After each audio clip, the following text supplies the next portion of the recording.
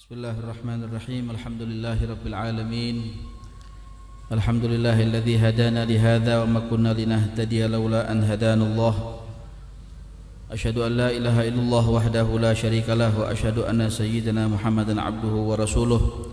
Allahumma salli wa sallim ala sayyidina Muhammad miftahi babi rahmatillah adada ma fi ilmillah salatan wa salaman daimaini bi dawami mulkillah wa ala alihi wa sahbihi. Amma ba'd, ikhwani akhwati rahimakumullah. Alhamdulillah, Allah subhanahu wa ta'ala melimpahkan anugerah karunia nikmatnya kepada kita semua. InsyaAllah Allah ta'ala karuniakan kepada kita InsyaAllah menjadi hamba-hambanya yang saleh, menjadi hamba-hambanya yang min ahlil istiqamah InsyaAllah. Dan kelak ketika kita akan dimatikan oleh Allah subhanahu wa ta'ala, Allah perkenankan kita meninggal dalam keadaan husnul khatimah, setelah Allah berikan kepada kita umur yang berkah dalam ketaatan kepada Allah ma'asihah wal afiyah, amin ya rabbal alamin. Ikhwani yang dimuliakan oleh Allah subhanahu wa ta'ala, saya menukilkan sedikit dari nasihat kalam Al-Habib Ali bin Muhammad Al-Habasyi tentang bagaimana cara kita memilih teman duduk kita dan bagaimana cara kita berhusnudzan kepada Allah ta'ala dan kepada hamba-hamba Allah subhanahu wa ta'ala. Karena yang hilang di saat ini, di bangsa ini, di umat ini adalah cara yang salah memilih teman duduk kita, atau bahkan kita membiarkan anak-anak kita memilih teman yang salah. Sehingga Al-Habib Ali juga mengingatkan dalam salah satu qasidahnya, wa iyyakumu min suhbatid dhiddi innani ra'aitu fasadal mar'i suhbata addadi. Hati-hati kalian memilih teman duduk. Kalau sampai memilih teman duduk yang keliru, pikirannya keliru, idenya keliru, akidahnya keliru, kata Al-Habib Ali, ra'aitu fasadal mar'i suhbata addadi. Karena saya banyak melihat orang itu melenceng akidahnya, tidak berada di dalam akidah yang benar karena salah memilih teman duduk. Fa fi suhbatil addadi kullu radhilatin tuaddi ila dhurrin wa baghyin wa ifsadi. Teman duduk yang keliru, salah alamat, salah idenya, salah pemikirannya, salah jalannya, salah thariqah dan metodenya, itu akan menyesatkan dia masuk ke dalam lembah neraka Allah ta'ala wal'iyadzubillah.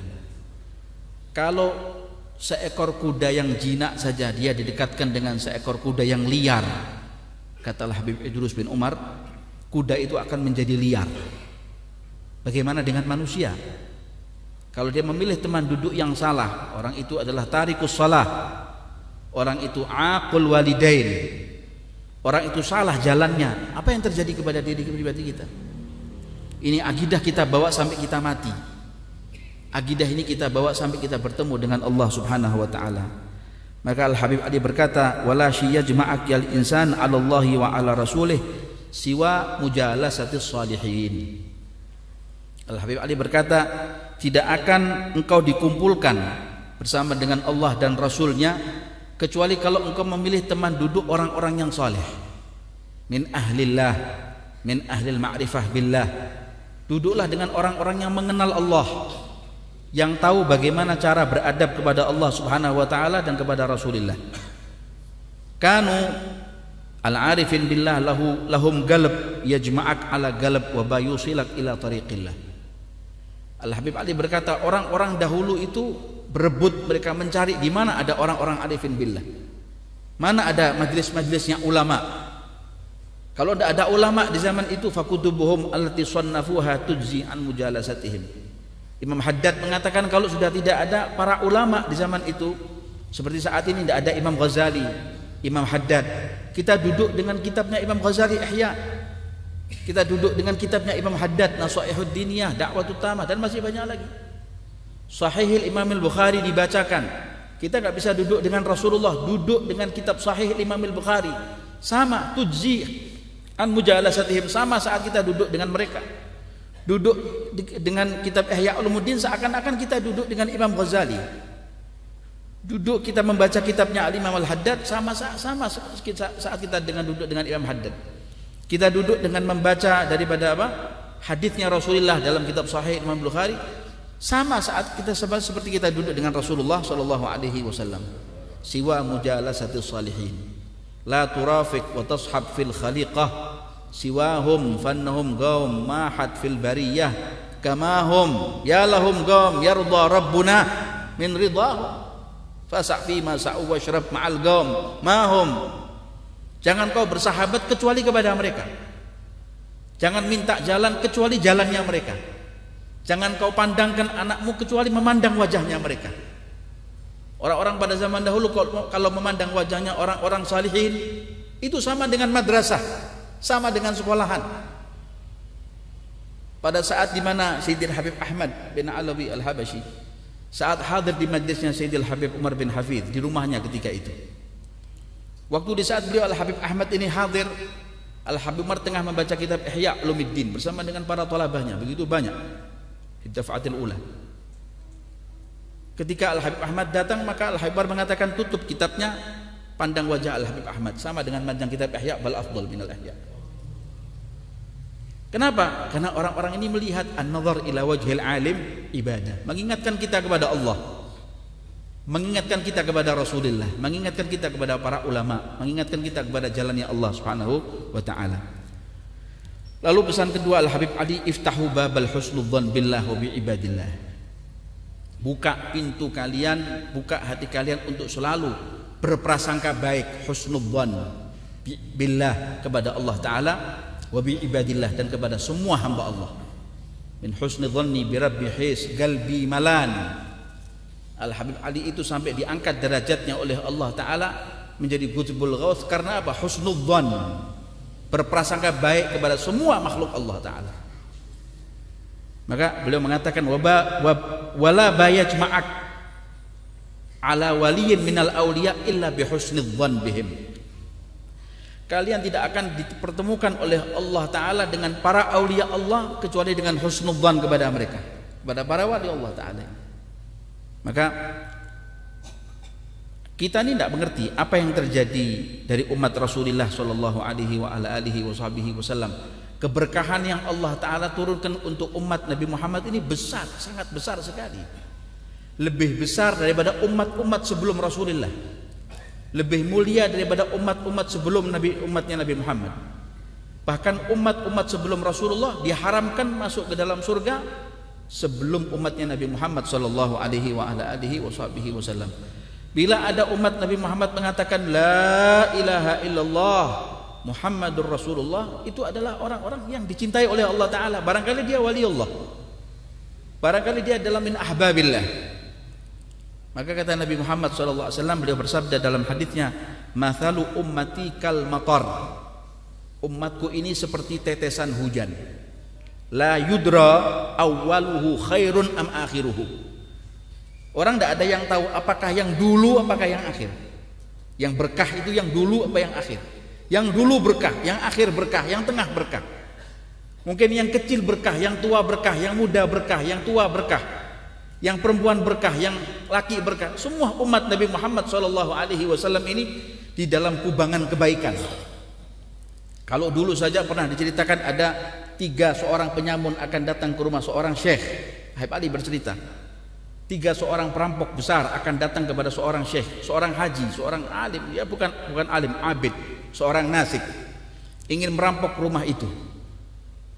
Ketika sebagaimana biasanya si haji ini atau abid tadi ini orang yang sangat getol ibadahnya kepada Allah taala ini, setiap malamnya dia tahajud, setiap malamnya dia berzikir, setiap malamnya dia mengaji Al-Qur'an, setiap malamnya dia mendaras ilmu. Pada suatu saat diceritakan 3 orang perampok tadi ini ketika akan menjamah rumah daripada haji tadi atau seorang abid tadi ini dengan mengenakan atribut, pakai sarung, pakai baju koko, pakai kopiah, ya atribut orang yang ahli ibadah, sebagaimana yang akan dia datangi rumah tadi ini. Taruhlah atributnya seperti atribut seorang ustadz begitu atau seorang dai. Sesampainya sampai di rumah tersebut, ketuk pintu jam 2 malam. Dilihatnya sang haji tadi ini masih belum tidur. Allah, belum tidur ya udah.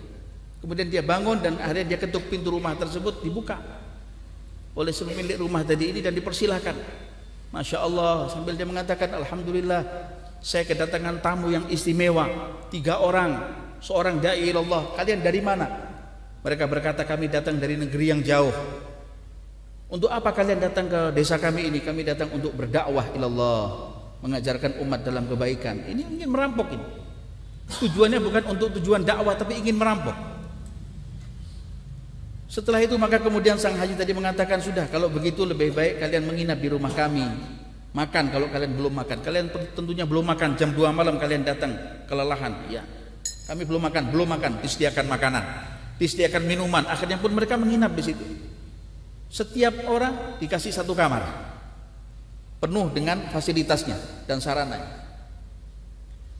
Akhirnya kemudian mereka pun menginap, dan akhirnya setelah mereka menginap di situ, masing-masing di antara mereka kemudian bergumam dan berbisik, bagaimana kita kesudahi saja ini, kita punya rencana ini. Jangan, ini kita punya nasib baik ini, kita diinapkan di sini, kita punya nasib baik ini.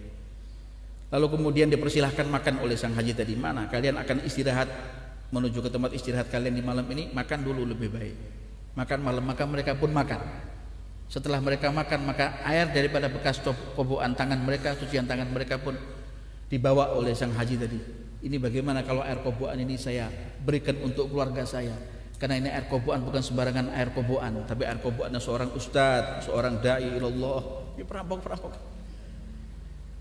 Kenapa sang haji? Wah, anak saya perempuan ini lumpuh, sudah 20 tahun lumpuh, gak bisa jalan, gak bisa bicara, gak bisa lihat. Barangkali mungkin barokahnya umat Rasulullah Shallallahu Alaihi Wasallam yang datang bukan sembarangan umat, tapi Anda seorang dai yang akan membawa panji agama, menyebarkan dakwah ilallah Taala dan ilmunya Allah. Ini mungkin barangkali barokahnya saya di sini.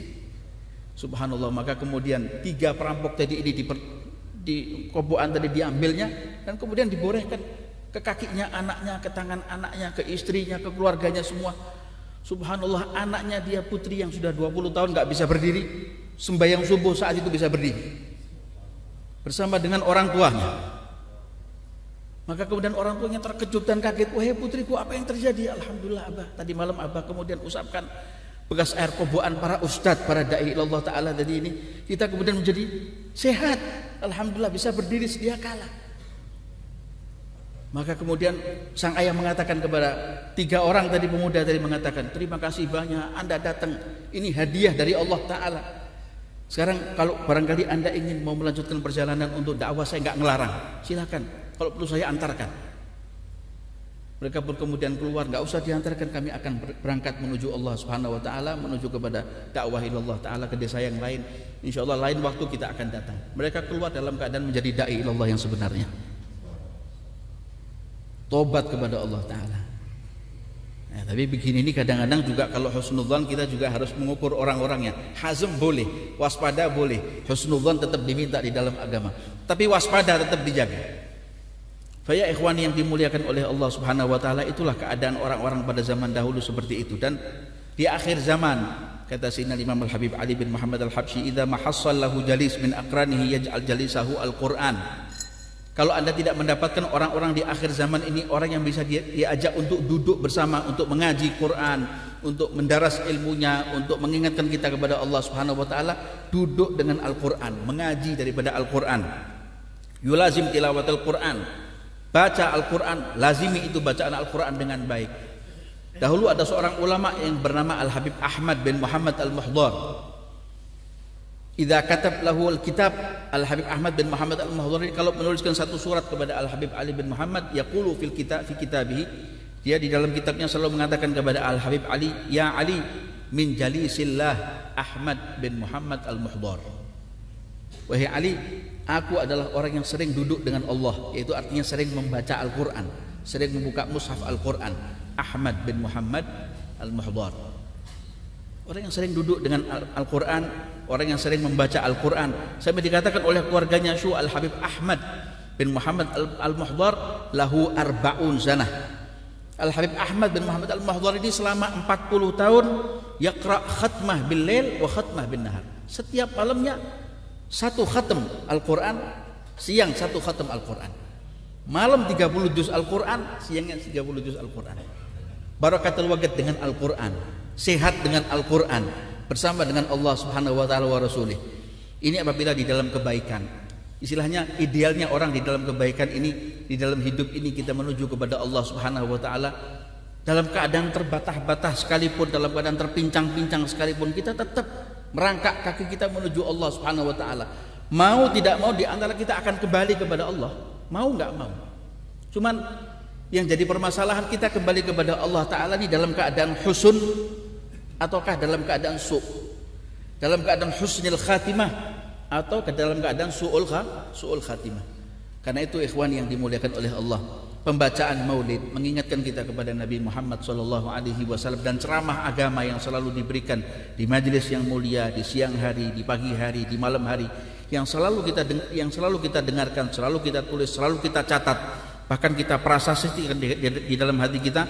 Tentunya insya Allah ada bekasnya yang baik buat kita. Kita tularkan kepada keluarga kita, kepada sanak kerabat kita, kepada istri kita, kepada anak-anak kita. Semoga Allah Ta'ala mudah-mudahan menyiratkan barokahnya kepada kita, mengampuni semua dosa-dosa kita, dan mengakhiri usia kita dalam keadaan husnul khatimah setelah Allah berikan kepada kita umur yang barokah, ma'asiyah wal afiyah fi ta'atillah wa ta'ati rasulih. Wa sallallahu ala sayyidina Muhammad wa ala alihi wa sahbihi wa sallam. Walhamdulillahi rabbil alamin.